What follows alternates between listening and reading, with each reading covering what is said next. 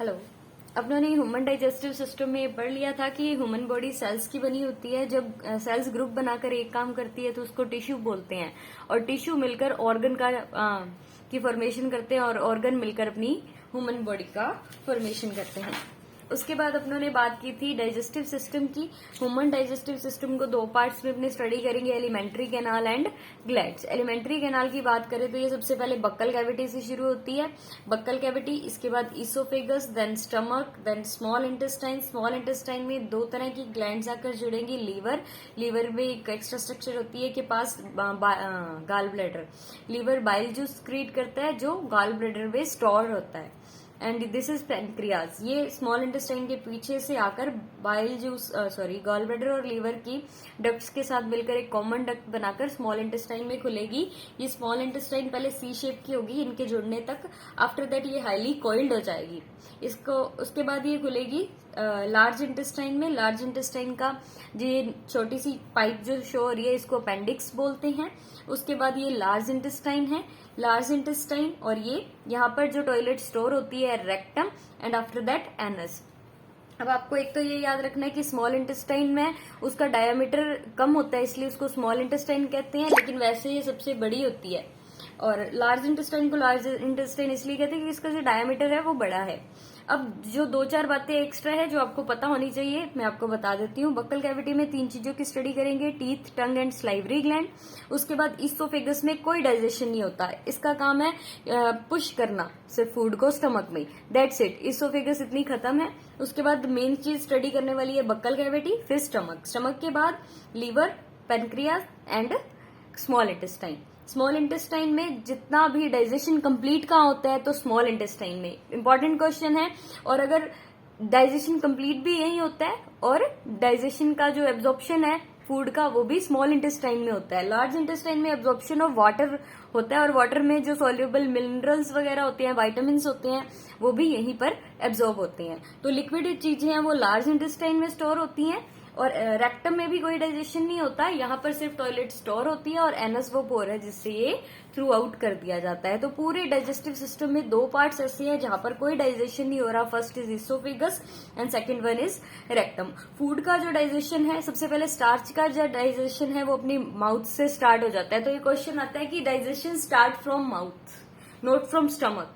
यहाँ पर स्टार्च का डाइजेशन हो जाएगा, फिर स्टमक में प्रोटीन का डाइजेशन हो जाएगा, और स्मॉल इंटेस्टाइन में बाइल जूस और पेनक्रियाटिक जूस मिलकर फैट का डाइजेशन करेंगे। फैट का डाइजेशन के साथ साथ अगर बचे हुए स्टार्च और बचे हुए प्रोटीन का डाइजेशन भी यहाँ हो जाएगा। उसके बाद स्मॉल इंटेस्टाइन के बाद जो वाटर वगैरह है वो लार्ज इंटेस्टाइन में एब्जॉर्ब हो जाएगा। आफ्टर दैट रेक्टम में टॉयलेट स्टोर होगी। एक बात और याद रखना कि ये जो कॉइल्ड स्ट्रक्चर है इसके अंदर कुछ कुछ हेयरी स्ट्रक्चर्स प्रेजेंट है। Some hairy structures are present, that is called villi. Villi absorption के लिए सरफेस एरिया को बढ़ा देती है ताकि फूड है धीरे धीरे नीचे जाए ताकि एब्जॉर्प्शन ज्यादा से ज्यादा हो सके। That's it. इसके बाद अपन स्टडी करते हैं बक्कल कैविटी की। बक्कल कैविटी की अगर अपने बात करें तो अपनों को तीन चीजों को स्टडी करना है बक्कल कैविटी में, टंग, टीथ एंड स्लाइवरी ग्लैंड। टंग बिल्कुल छोटा सा पार्ट है, इसको पहले खत्म कर देते हैं। ये आपकी टंग है, टंग के बिल्कुल आगे वाला पार्ट, आफ्टर दैट इसके पीछे वाला पार्ट, फिर इसके जस्ट पीछे वाला पार्ट, और दिस। ये जो तीन चार पार्ट मैंने बनाए हैं इसको एक सीक्वेंस देनी है। जैसे आपको खाने में सबसे अच्छा क्या लगता है, तो सबको ही ऑलमोस्ट क्या पसंद होता है, स्वीट। सबको सबसे पहले मीठा पसंद होता है, फिर मीठे के बाद आप किसको नंबरिंग दोगे, सॉल्टी को, कि थोड़ा पहले मीठा सबको अच्छा लगता है, फिर नमकीन अच्छा लगेगा, फिर खट्टा अच्छा लगेगा, सबसे गंदा क्या लगता है, बिटर, कड़वा। तो इसकी एक सीक्वेंस है कि सबसे पहले स्वीट अच्छा लगता है, फिर सॉल्टी अच्छा लगता है, फिर सोर अच्छा लगता है, फिर बिटर अच्छा लगता है। तो यहाँ पर अपनी टेस्ट बड पाई जाती है। अगर आप किसी की टंग देखोगे आसपास बैठेगी तो उसके ऊपर व्हाइट कलर के आपको पेपीलास दिखाई देंगे। ये इसको टेस्ट बड बोलते हैं। जो पेपीला आपको दिखाई देंगे ये टेस्ट बड अपनों को टेस्ट का की नॉलेज देती हैं। That's it. अगर अपने अब टीथ की बात करते हैं तो अपने जो टीथ हैं वो चार टाइप के हैं, 4 टाइप के टीथ हैं। First one is incisor, second one is canine, third one is pre molar and last one is molar. अब देखो, इंसीजर है अपनों में टोटल 8 हैं, कैनाइन है टोटल अपनों में 4 हैं, प्री मोलर हैं 8 हैं, मोलर हैं 12 हैं। तो टोटल कितने हो गए? 8 8 16, 4 20 और 10 और 2 32। टोटल 32 टीथ्स अपने प्रेजेंट हैं। अब ये कैसे होते हैं और इसका डेंटल फॉर्मूला है वो कैसे फॉर्मेट हुआ है वो मैं आपको बताती हूँ। सबसे पहले आपने ये डायग्राम देखेंगे कि देखो, फर्स्ट 4 जो बच्चे के ऊपर ऊपर वाले दांत आते हैं वो 2 इंसीजर आते हैं, ये 2 आगे और इसके साथ वाला 1। उसके बाद एक ये तीखा सा दांत आता है साइड पे, बिल्कुल, इसको बोलते हैं कैनाइन। कैनाइन नाम इसलिए पड़ा क्योंकि कुत्तों में सबसे बड़ा होता है और कैनाइन साइंटिफिक लैंग्वेज में कुत्ते को कैनाइन बोलते हैं।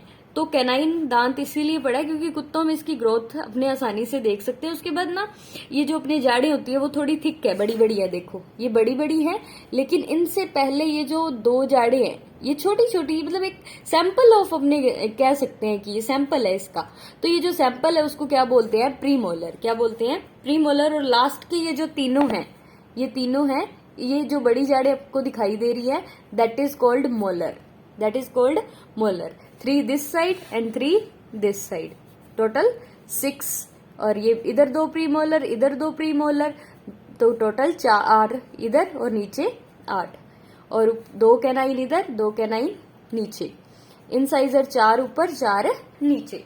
तो मैं इसका स्ट्रक्चर आपको बना के दिखाती हूँ ताकि आपको इसका जो एलिमेंट्री आइडिया है वो क्लियर हो जाए। फर्स्ट पहले 4 इंसीजर, पहले ही बच्चे के 2 दांत आते हैं, ऊपर वाले चारों इंसीजर आते हैं, उसके बाद नीचे वाले 2 निकलने के बाद 4 निकल जाते हैं। तो 1 2 3 4, 1 2 3 4। इसके बाद कैनाइन आएगा। कैनाइन की शेप होती है कुछ ऐसी, इसको थोड़ा लार्ज कर रही हूं मैं, इतना होता नहीं है अपनों में, थोड़ा सा ही इस टाइप से अपने कह सकते हैं कि हाँ ऐसा सा दांत होता है, दैट इज कॉल्ड कैनाइन। तो 1 2 1 2, टोटल कितने हो गए कैनाइन? 4, इधर 4 इधर 4, टोटल इंसाइजर कितने हो गए? 8। उसके बाद अपने बात की है कि छोटी छोटी जाड़ें होती हैं, ठीक है, छोटी छोटी जाड़ें होती है, 2 इधर 2 इधर, ठीक है, 1 2 3 4, 4 ऊपर 4 नीचे।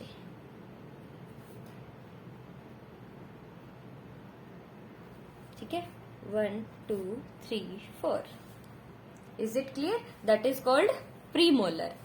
ठीक है, जो प्री है मोलर का एक सैंपल है जो पहले दिखाया जाता है। इसके बाद अगर अपने बात करेंगे तो बड़ी जाड़ें हैं। अगर आप अपने आसपास मतलब जो इसके भी दांत देखना चाहे, वैसे तो मैं आपको मेरे शो करूंगी उसमें देखना, आपको ऑलमोस्ट मोलर 2 ही दिखाई देंगे, लेकिन एक कहते हैं ना अक्कल धाड़ आती है एक, तो विजडम टीथ आते हैं, एक एज में आते हैं, ये दोनों होते हैं विजडम टीथ। वो विजडम टीथ भी क्या होते हैं? एक टाइप के मोलर टीथ्स होते हैं। ये भी अच्छा क्वेश्चन है अगर पूछे जाने लायक हुआ तो। अब ये है मोलर टीथ, 1 2 3 4 5 6, ये क्लियर हुआ। अब डेंटल फॉर्मूला बनाने के लिए नीचे वाले दांत को कुछ इस तरीके से काट दिया गया। अब यहां देखो इंसाइजर कितने हैं? 2, 3 4 वाला 2 इंसाइजर, 1 कैनाइन, 2 प्रीमोलर, 3 मोलर। फिर ये इस साइड है और सेम ही ऊपर वाली साइड होंगे, ये ऊपर वाली साइड और ये नीचे वाली साइड, और ये आधा आधा हो गया ना, मतलब दिस साइड कि सेम इस साइड भी होंगे, सेम इस साइड भी हैं। 2 1 2 3 बाय 2 1 2 3 मल्टीप्लाई बाय 2। तो ये अपना डेंटल फॉर्मूला है, पूछा जा सकता है। What is the dental formula? 2 1 2 3 by 2 1 2 3 multiply by 2। कई बार मल्टीप्लाई बाय 2 नहीं आता है तो ऑप्शन 2 1 2 3 बाय 2 1 2 3 कर देना। अगर मल्टीप्लाई है तो पहले इसको चूज करना। Is it clear? अब याद रखना आप जब भी परोंठा खाते हो ना, तो परांठी खाने के लिए आप रोल बना के खाना, तो आप इन 4 दांतों का, इन सीजर का यूज करोगे। और अगर चीरने फाड़ने के, पर्शिंग एंड टीयरिंग के लिए काम करोगे तो कैनाइन, कुत्ता ऐसे चीर देते हैं ना मांस को, तो उससे याद रखोगे टीयरिंग एंड पर्शिंग के लिए कैनाइन, और कटिंग एंड बाइटिंग के लिए इन सीजर, और ग्राइंडिंग एंड मिक्सिंग के लिए अपने प्रीमोलर एंड मोलर काम में आते हैं। उसके बाद स्लाइवरी ग्लैंड की बात करें तो 3 टाइप की स्लाइवरी ग्लैंड्स अपने माउथ में प्रेजेंट होती है, सब मैंडिबल, सब लिंगुअल एंड सब मैक्सिलरी। ये माउथ में अलग अलग पोजीशन पर होती है, सब मैंडिबल, सब मैक्सिलरी और सब lingual. Lingual, maxillary, mandible. Lingual होता है जीभ के नीचे, लिंगुअल, मैक्सिलरी, मैंडिबल, ये दोनों अपने सामने चिक्स की साइड पे होती है अंदर को। Is it clear? Buccal cavity complete होती है। उसके बाद ये इसोफेगस में सिर्फ फूड को नीचे की तरफ पुश किया जाता है। आफ्टर दैट अब अपनी बात करते हैं स्टमक की। अब अगर स्टमक की बात करें तो इसोफेगस से जो स्टमक में फूड आता है,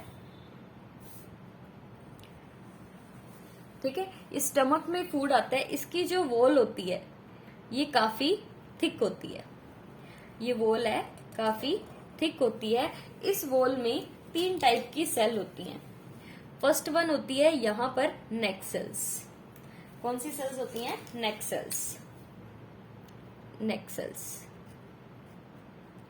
that is called neck cell. Neck cell का काम क्या है? म्यूकस सिक्रीट करती हैं। म्यूकस आपके नाक में जो, हाँ, वही नोजी होती है, वो म्यूकस का ही एग्जांपल है। उसके बाद अगर अपने बात करें, एक इसमें होती है ऑक्जेंटिक सेल। कौन सी? Oxyntic cell. कौन सी cell? Oxyntic cell. Oxyntic cell क्या स्क्रीट करती है? Hydrochloric acid. Is it clear? एक टाइप की सेल इसमें और होती है, ऑक्जेंटिक सेल, नेक सेल, एक मेरे को याद आ नहीं रही है। अब म्यूकस सेल जब आती है तो म्यूकस क्या है? अब देखो, HCl है, एक एसिड है, राइट? एसिड है, एसिड अपनी स्किन को खराब कर सकता है, इसीलिए स्टमक की चारों ओर जो लाइनिंग बनाने के लिए नेक सेल म्यूकस को स्क्रीट करती हैं, ताकि ये जो स्टमक की स्किन है ये खराब ना हो। फिर उसके बाद ऑक्जेंटिक सेल है वो, and third one is chief cell, sorry, हाँ, third one is chief cell.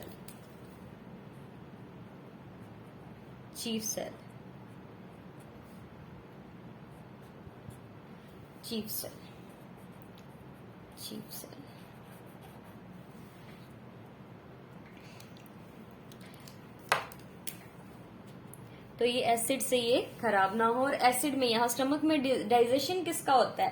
Protein का। अब यहाँ आपको ये समझना है कि फूड, कंपोनेंट ऑफ फूड, सबसे पहले फूड में जो कंपोनेंट्स होते हैं वो कौन कौन से होते हैं। तो ध्यान रखना, फूड में जो मेनली जिनका डाइजेशन होना चाहिए वो 3 टाइप के होते हैं। First one is carbohydrate,